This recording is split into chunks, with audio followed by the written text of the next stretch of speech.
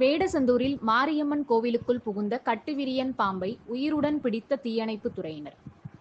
திண்டுக்கல் மாவட்டம் வேடசந்தூர் கடைவீதியில் 100 ஆண்டு பழமை வாய்ந்த மாரியம்மன் கோவில் உள்ளது.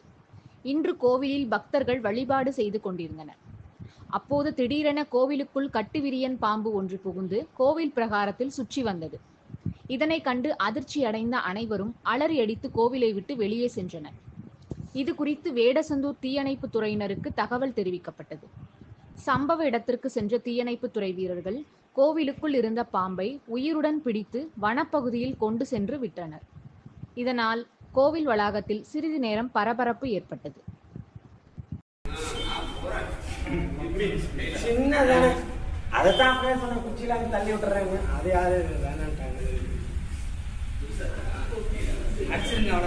கட்டுவீங்க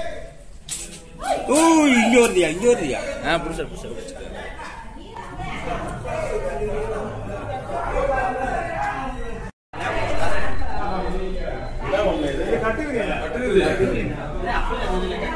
கட்டுவீங்க இது